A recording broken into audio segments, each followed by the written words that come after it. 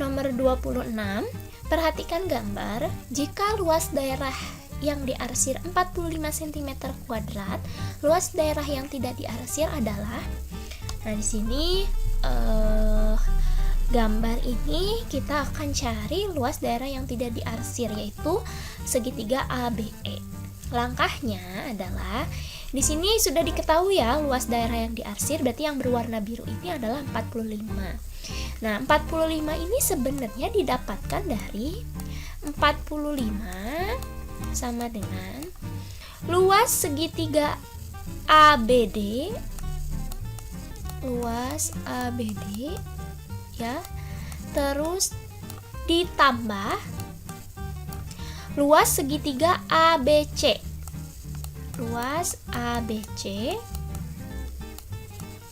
dikurangi 2 kali luas ABE,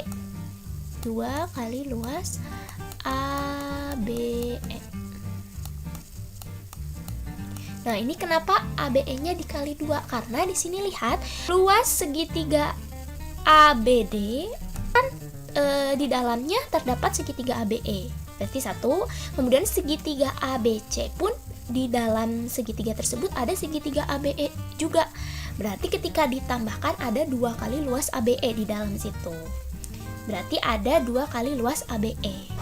Nah, berarti di sini luas yang tidak diarsir itu kan segitiga ABE. Berarti nanti kita bisa menemukan ini. Berarti di sini tetap 45. Kemudian luas ABD. ABD ini bentuknya segitiga, berarti alas kali tinggi dibagi 2. Alasnya 7 dikali tingginya 10 dibagi 2. Ditambah ABC itu alasnya 7, tingginya 8. Berarti 7 dikali 8 dibagi 2. Nah, di sini dikurang 2. Nah, misalnya luas ABE ini kita misalkan Y ya. Nah, kemudian di sini bisa coret, ini jadi sisa 5, ini dicoret sisa 4. Berarti di sini tetap 45. Kemudian 7 kali 5 35 ditambah 7 kali 4 28 dikurang 2Y. Kemudian di sini 45 sama dengan 35 ditambah 28 itu adalah 63. Dikurangi 2Y. Kemudian di sini 63 pindahkan ke kiri jadi negatif. Berarti 45 dikurangi 63 sama dengan negatif 2Y. 45 dikurangi 63 itu adalah negatif 18 sama dengan negatif 2Y, dan Y negatif 18 dibagi dengan negatif 2. Negatif 18 dibagi dengan negatif 2 adalah 9. Nah, berarti Y itu tadi kita misalkan luas ABE, berarti luas ABE itu luas yang tidak diarsir, berarti hasilnya 9. Untuk nomor 27, pertanyaannya adalah rumus suku ke N suatu barisan adalah UN sama dengan 3N tambah 2. Jumlah suku ke-25 dan suku ke-27 dari barisan tersebut adalah untuk menjumlahkan suku ke-25 dan suku ke-27 berarti kita membutuhkan nilai dari suku ke-25 dan suku ke-27. Nah, untuk mencari nilainya berapa dengan bantuan rumus ini. Nah, kita tulis dulu rumus suku ke N-nya. UN sama dengan 3N tambah 2. Untuk mencari suku ke-25 berarti kita cari U25. Jadi N-nya ganti jadi 25. Berarti 3 dikali 25 ditambah 2. 3 dikali 25 itu adalah 75. Ditambah 2. Jadi 77. Kemudian suku ke-27 berarti N-nya ganti jadi 27. 3 dikali 27 ditambah 2. 3 kali 27 itu adalah 81 ditambah 2 berarti 83. Lalu kita jumlahkan. Ini 10, berarti 8 tambah 8, 16. Berarti hasilnya 160. Untuk nomor 28, dua orang peneliti mengembangbiakan masing-masing 5 sel. Setiap sel yang dikembangbiakan oleh peneliti pertama membelah diri menjadi 2 setiap 20 menit, sedangkan untuk peneliti kedua setiap 40 menit. Jika banyak sel peneliti pertama telah menjadi 5120, banyak sel peneliti kedua adalah berarti ini ada peneliti 1, ada peneliti 2 yang sedang mengamati pembelahan sel. Nah, untuk soal tentang pembelahan sel ini rumusnya kita gunakan A dikali R pangkat N. Ya, ini pun sama, peneliti kedua A dikali R pangkat N. Nah, untuk peneliti pertama dalam sekian waktu selnya telah menjadi 5120 ya. Kemudian untuk peneliti kedua akan dicari setelah sekian waktu ini selnya menjadi berapa. Nah, berarti kita harus tahu dulu nih di berapa lama mereka melakukan penelitian ini. Caranya, pertama-tama kita perhatikan untuk peneliti pertama terlebih dahulu. Peneliti pertama kan dalam sekian waktu sudah menjadi 5120. Dengan sel pertamanya 5 dan R-nya selnya berkembang biak menjadi berapa kali lipat? Berarti menjadi 2. Berarti dikali 2 pangkat N. Nah, N di sini menunjukkan berapa kali sel dari peneliti satu ini melakukan pembelahan. Nah, kita akan cari nih nilai N dengan cara, nah berarti di sini 5-nya dipindah ruaskan ke kiri ya, karena awalnya perkalian menjadi pembagian. Berarti 5120 dibagi 5 sama dengan 2 pangkat N. 5120 dibagi 5 itu 1024. Ini 2 pangkat N. Nah, di sini 2 pangkat berapa yang menghasilkan 1024 ya, dicari dan ternyata N-nya adalah 10. Jadi ternyata sel yang diteliti oleh peneliti 1 itu melakukan pembelahan sebanyak 10 kali.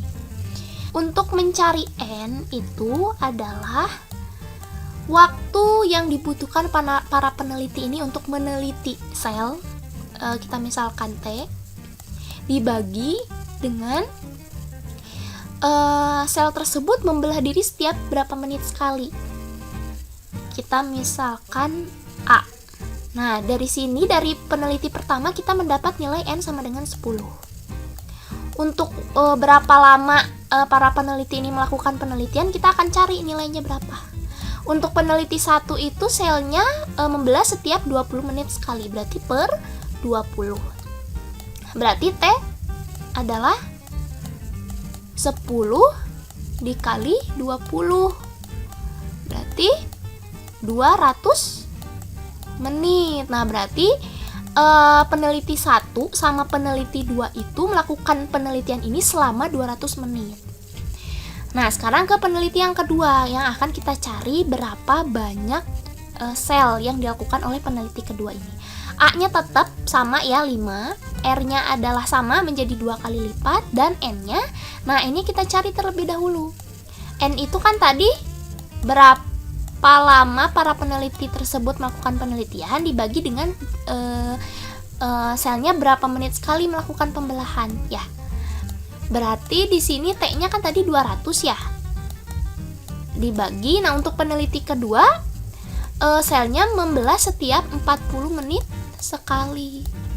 Berarti N-nya 200 dibagi 40 adalah 5. Untuk sel yang diteliti oleh peneliti kedua, selnya melakukan pembelahan sebanyak 5 kali.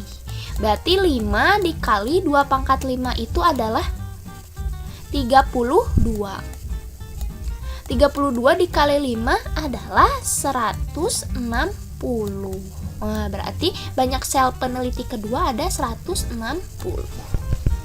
Untuk nomor 29, sebuah taman berbentuk persegi panjang dengan panjang diagonal 5x tambah 2 meter dan 6x kurang 1 meter. Panjang diagonal taman tersebut adalah, nah kita buat dulu sebuah persegi panjang di sini. Persegi panjang itu memiliki dua buah diagonal. Ini diagonal 1, ini diagonal kedua. Nah, kedua diagonal pada persegi panjang itu pasti sama panjang. Nah, di sini diketahui panjang dari kedua diagonalnya ya. Karena tadi sama panjang, berarti ini bisa ditulis dengan 5x tambah 2 sama dengan 6x kurangi 1. Jadi membentuk sebuah persamaan. Nah, lalu kita satukan suku-suku yang sejenis. Nah, 5x ini dengan 6x bisa dioperasikan. Berarti tinggal pindah ruas ya, 6x-nya ke kiri menjadi negatif 6x.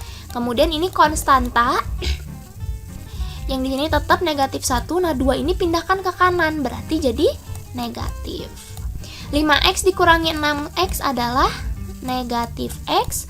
Kemudian negatif 1, negatif 2 adalah negatif 3. Yang kita butuhkan adalah nilai x. X-nya harus positif, berarti kalikan saja dengan negatif 1 atau dibagi dengan negatif 1 boleh. Pokoknya tanda dari x ini harus positif. Berarti ini x, negatif x dikali negatif 1, x ya. Negatif 3 dikali negatif 1, 3. Nah, berarti nilai x-nya adalah 3. Di sini yang ditanya adalah panjang diagonal. Nah, berarti nilai x sama dengan 3 ini tinggal disubstitusikan untuk panjang diagonal pertama dulu. Berarti 5x tambah 2. X-nya ganti jadi 3. Jadi 5 kali 3 tambah 2.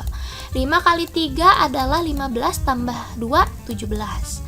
Nah, sekarang coba kalau ke panjang diagonal yang kedua, 6x kurang 1, berarti 6 dikali 3 dikurangi 1, berarti 6 kali 3 18, 18 kurang 1 17. Nah, jadi di sini jika sudah ketemu nilai x-nya, silahkan langsung substitusikan ke diagonal 1 atau diagonal 2. Berarti hasilnya adalah 17. Kemudian nomor 30. Nah, di sini ada sebuah gambar jaring-jaring kubus. Perhatikan gambar, rangkaian persegi di bawah adalah jaring-jaring kubus. Jika nomor 3 merupakan alas kubus, yang merupakan tutup kubus adalah nomor. Nah, nomor 3 ini adalah alasnya. Berarti kalau misalnya kita bentuk nih, nomor 4 ini adalah sisi yang belakang, nomor 6 sisi yang depan, 5 ini sisi yang kiri, 2 ini sisi yang kanan, dan 1 inilah tutup dari kubus. Berarti tutupnya adalah nomor 1. Nomor 31, pertanyaannya adalah sebuah prisma tegak alasnya berbentuk belah ketupat dengan panjang diagonal 14 cm dan 48 cm. Jika luas seluruh permukaan prisma 1672 cm², volume prisma adalah. Untuk rumus volume prisma adalah luas alas dikali tinggi prisma.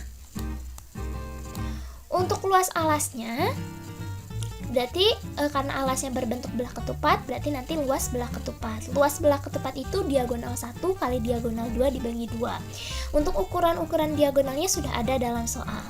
Kemudian untuk tinggi prisma, nah di dalam soal tinggi prismanya belum ada, sehingga kita harus cari terlebih dahulu dengan menggunakan bantuan ini yang diketahui dalam soal, luas seluruh permukaan prisma 1672. Nah, untuk mencari tinggi prisma, kita gunakan bantuan ini. Untuk luas permukaan prisma itu rumusnya adalah 2 kali luas alas ditambah luas dari sisi-sisi tegaknya. Untuk luas permukaan, sebenarnya konsepnya itu adalah mencari total luas sisi-sisi yang ada pada suatu bangun ruang. Sekarang kita perhatikan gambar prisma belah ketupat berikut ini. Berarti untuk luas permukaan prisma belah ketupat adalah 2 kali luas alasnya, ini tadi berbentuk belah ketupat. Berarti 2 kali luas belah ketupat ditambah luas sisi-sisi tegaknya. Di sini sisi-sisi tegaknya ada 4, berarti 4 ya. 4 dikali sisi tegaknya ini berbentuk persegi panjang, yaitu yang sisi depan, sisi belakang, sisi kanan, sisi kiri. Berarti 4 kali luas persegi panjang. Nah, nanti kita gunakan rumus yang ini. Ya. Lalu kita lanjut. Di sini kita masukkan dulu angka-angka yang diketahui dalam soal. Diagonal 1 sama diagonal 2 udah ada. Di sini diagonal 1-nya 14, diagonal 2-nya 48. Kemudian kita cari terlebih dahulu untuk tinggi prisma dulu dengan menggunakan rumus yang ini. Luas permukaan prisma belah ketupat.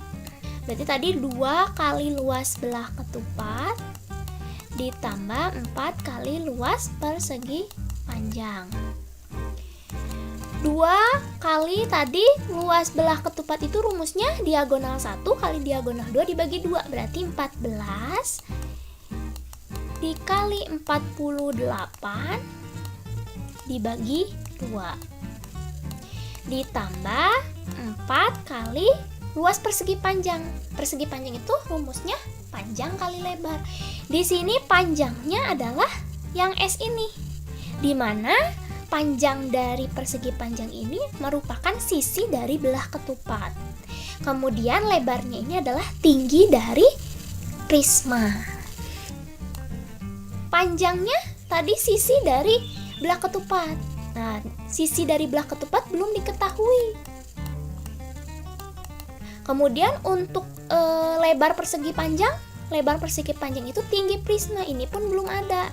Malah yang akan kita cari tadi, kita cari sisi dari belah ketupat dulu dengan cara bantuan teorema Pythagoras. Nah, ini ya sisi yang ini kita cari. Ini kan diagonal 1 itu dari ujung ke sini sampai ujung ke sini. Diagonal 2 dari ujung ke sini sampai ujung ke sini. Berarti kalau cuman setengahnya, ini diagonal 1-nya tadi 14, berarti setengahnya 7. Untuk diagonal 2, 48, berarti setengahnya 24. 2 diagonal pada belah ketupat ini membentuk sudut siku-siku, sehingga bisa menggunakan teorema Pythagoras. Berarti kita mencari sisi miring.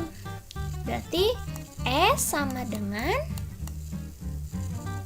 akar dari 24 kuadrat ditambah 7 kuadrat. Kemudian 24 kuadrat itu adalah 576. 7 kuadrat itu adalah 49. 576 ditambah 49 yaitu 6, 2, 5. Berarti akar dari 625 itu adalah 25. Berarti sisinya adalah 25. Berarti ini panjang dari persegi panjang. Berarti 25 dikali lebarnya itu tadi adalah tinggi prisma yang akan dicari. Luas permukaan prisma belah ketupat udah diketahui, yaitu 1672. Berarti tinggal diganti 1672. Kemudian ini bisa coret. Lalu 1672 sama dengan 14 dikali 48 itu adalah 672. Ditambah 4 kali 25 kali TP, yaitu 100 TP, yaitu tinggi prisma. Kemudian ini pindah ruaskan ke kiri jadi kurang 1672 dikurang 672 sama dengan 100 TP. Ini dikurangi jadi 1000 sama dengan 100 TP. Berarti TP adalah 1000 dibagi 100 yaitu 10. Berarti tinggi prismanya adalah 10. Berarti ini 10. Sehingga untuk mencari volume prisma sekarang sudah lengkap ya. Luas alasnya udah ada, tinggal dihitung dan tinggi prismanya pun sudah ada. Berarti volume prisma sama dengan, kita tulis dulu rumusnya, luas alas dikali tinggi dari prisma.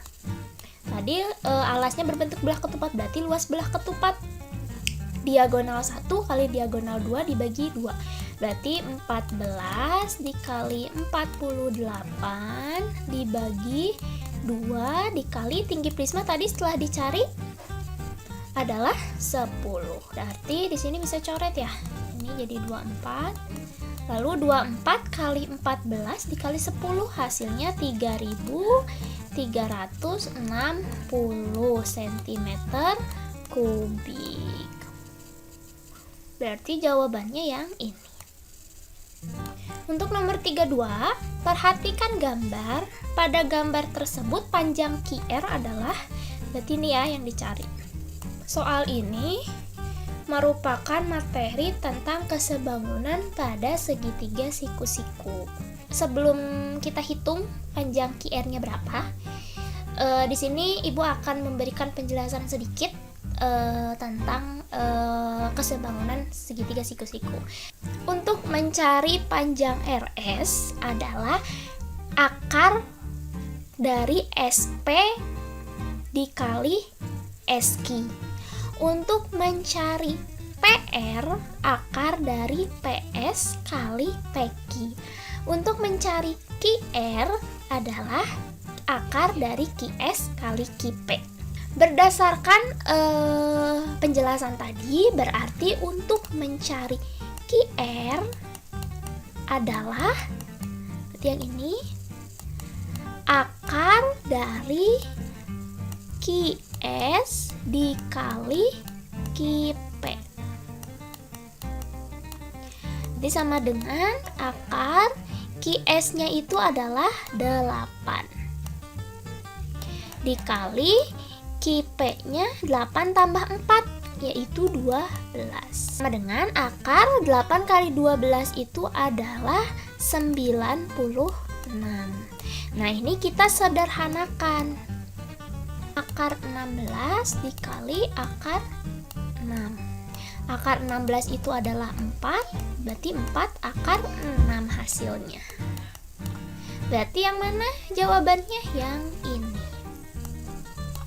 Kita lanjut ke nomor 33. Sebuah foto berukuran alas 16 cm dan tinggi 20 cm ditempel pada sebuah karton yang berbentuk persegi panjang.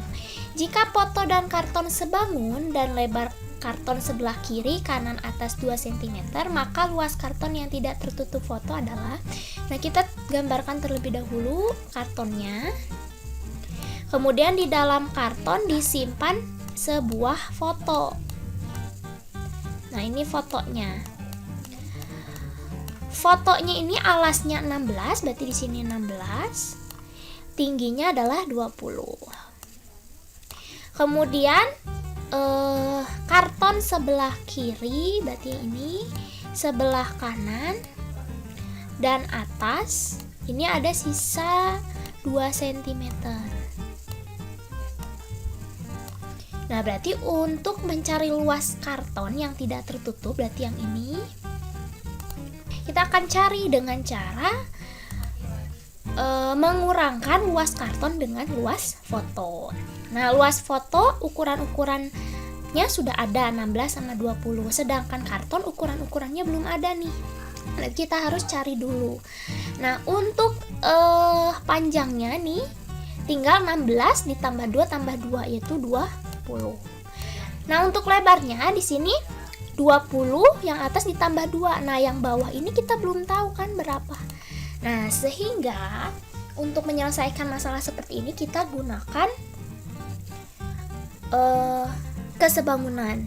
Berarti 20